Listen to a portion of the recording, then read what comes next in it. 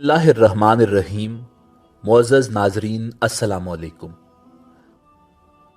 नाज़रीन, अल मक़दस, अल कुदस और यरूशलम एक ही शहर के कई नाम हैं। फ़लस्तीन में वाक़े ये शहर न सिर्फ मुसलमानों के लिए बहुत ही अहमियत का हामिल है, बल्कि यहूदी भी इस शहर को इंतहाई मुतबर्रक मानते हैं। और अल कुदस शहर में मौजूद मस्जिद अक्सा वो मस्जिद है जो अल्लाह के पैगंबर हजरत सुलेमान अलैहिस्सलाम ने जिन्नात से तामीर करवाई थी।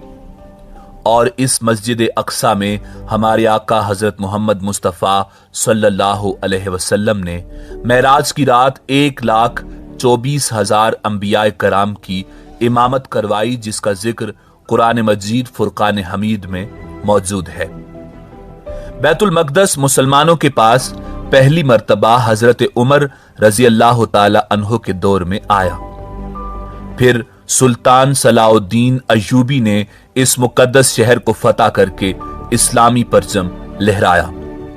मगर आज की वीडियो में हम आपको बताएंगे कि सल्तनत उस्मानिया में यह शहर किस हाल में था और सल्तनत उस्मानिया की 600 साला तारीख में बैतुल मक़दस को क्या मकाम हासिल था।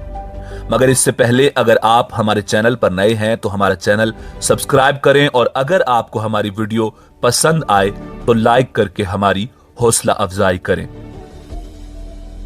नाज़रीन, खिलाफत उस्मानिया के चौथे सुल्तान बायजीद अव्वल ने अपने दौरे हुकूमत में उस्मानी सल्तनत की सरहदें वसी करने का सिलसिला जारी रखा, यहां तक कि तुर्क फौजें अल कुदस में जा पहुंची और रोमन फौज के साथ निकोपोली का मार्का शुरू हुआ।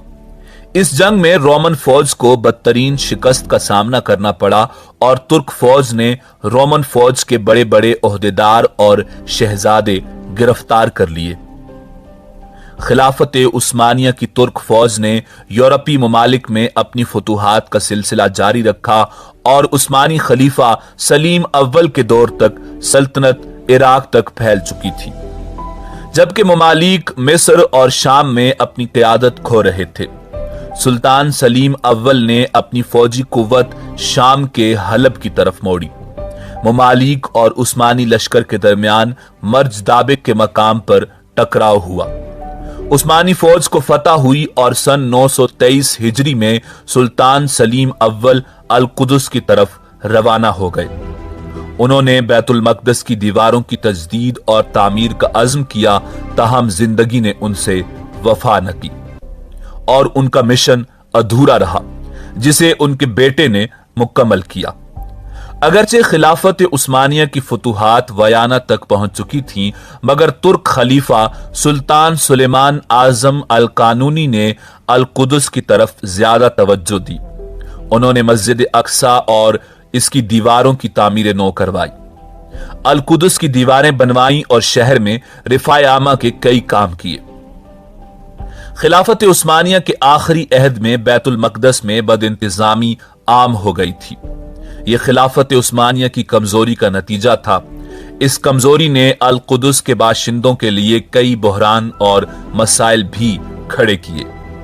खिलाफत उस्मानिया के दौर में यहूदी सिक्का राइजुल वक्त था। रूस ने यहूदियों को मजीद तहफ़्फ़ुज़ दिया। उसके बाद बरतानिया ने भी यहूदियों को अल कुदस और दीगर फलस्तीनी इलाकों में मुंतकिल करने में उनकी मदद की। फ्रांस और इंग्लैंड ने भी यहूदियों को फलस्तीन की तरफ धकेला। खिलाफत उस्मानिया से यहूदियों की वफादारियां तब्दील की गईं और यहूदियों को दूसरे मुल्कों का वफादार बनाने की कोशिशें शुरू की गईं। मोहम्मद अली अल कबीर ने अपनी जेर निगरानी एक नई सल्तनत कायम करने की कोशिश की। मिस्रियों ने फ्रांसीसियों और अंग्रेजों के खिलाफ मज़ाहमत की। बिलाखिर मिस्र के उलमा ने सन 1803 ईस्वी में मोहम्मद अली अल कबीर को अल कुदस का कंट्रोल सौंप दिया। उसके बाद मोहम्मद अली अल कबीर ने शाम की तरफ तवज्जो दी और अपने बेटे इब्राहिम पाशा को एक लश्कर देकर रवाना किया। सन 1831 ईस्वी में अल कुदस उसकी खिलाफत का हिस्सा बन गया। محمد علی الکبیر نے نہ صرف مصری فوج پر اکتفا کیا بلکہ شام میں جبری بھرتی شروع کی اور لوگوں کے پاس موجود اسلحہ ان سے لینا شروع کر دیا۔ اس کے نتیجے میں القدس، الخلیل، غزہ اور یافا میں انقلاب برپا ہو گیا۔ خلافت عثمانیہ نے اس کے عزائم ناکام بنا دیے اور وہ 10 سال کے بعد اپنی فوج کے ساتھ القدس سے نکل گیا۔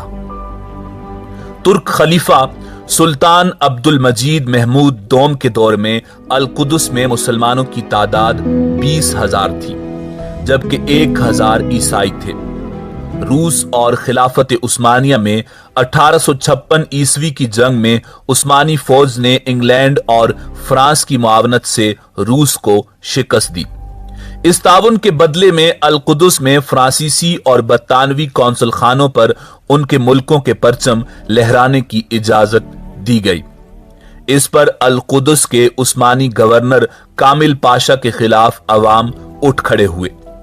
سلطان عبدالعزیز کے دور میں القدس میں کئی تعمیراتی کام ہوئے۔ ان میں سڑکوں کی تعمیر، ان کی کشادگی، بازاروں کی تعمیر اور دیگر تعمیرات شامل تھیں، یہاں تک کہ القدس کی آبادی 68,000 نفوس تک جا پہنچی۔ ترک خلیفہ سلطان عبدالحمید دوم فلسطین میں یہودی آباد کاری کی سازش کو بھانپ گئے تھے۔ یہی وجہ ہے کہ انہوں نے صہیونی لیڈر تھیوڈر ہرٹزل کی یہودیوں کی فلسطین کی طرف نقل مکانی کی درخواست مسترد کر دی۔ سلطان عبدالحمید دوم نے ہرٹزل کو صاف صاف لفظوں میں کہہ دیا کہ وہ فلسطین کی 1 انچ بھی یہودیوں کو دینے کے لیے تیار نہیں۔ سلطان عبدالحمید نے فلسطین میں یہودیوں کا داخلہ روکنے کے لیے قانون سازی کی۔ کوئی یہودی زائر یا عبادت کی غرض سے اگر فلسطین میں جاتا، اس کے لیے 50 ترک لیرہ ادا کرنا لازمی تھا، اور ایک شرط یہ بھی تھی کہ فلسطین میں آنے والا کوئی بھی یہودی 31 دن سے زیادہ وہاں قیام نہیں کرے گا۔ ان کے دور میں بیت المقدس سے یافا کے درمیان ریلوے لائن بچھائی گئی۔ یورپی ملکوں نے خلافت عثمانیہ کی کمزوریوں سے فائدہ اٹھاتے ہوئے القدس میں اپنے قونصل خانے کھول لیے، جس کے نتیجے میں القدس میں غیر ملکیوں کی آمد و رفت میں اضافہ ہو گیا۔ پہلی جنگ عظیم 1914 میں شروع ہو چکی تھی۔ اس جنگ میں ترکی جرمنی کے ساتھ مل کر برطانیہ اور فرانس کا مقابلہ کر رہا تھا۔ اکتوبر 1918 کو جنگ کے اختتام پر ترک خلافت کو بھی شکست ہوئی۔ جنوری 1919 میں فرانس نے اپنا فیصلہ مسلط کرنے کے لیے ایک سپریم کونسل کے قیام کا اعلان کیا۔ اس کونسل نے فیصلہ کیا کہ خلافت عثمانیہ سے چھینے گئے عرب علاقے ترکی کو واپس نہیں کیے جائیں گے۔ اسی سال اپریل میں برطانیہ کو فلسطین پر قبضے کا حق سونپ دیا۔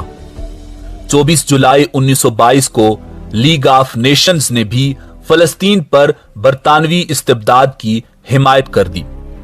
اگست 1920 کو معاہدہ سفیر طے پایا، جس کے تحت فلسطین پر ترک خلافت کی عملداری مکمل طور پر ختم کر دی گئی۔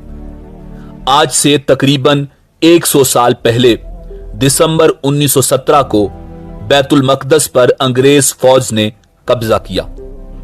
آج اس قبضے کے تقریباً 1 صدی بعد امریکی صدر ڈونلڈ ٹرمپ نے بھی القدس کو فلسطین میں قائم کردہ غیر قانونی یہودی ریاست کا دارالحکومت قرار دیا ہے۔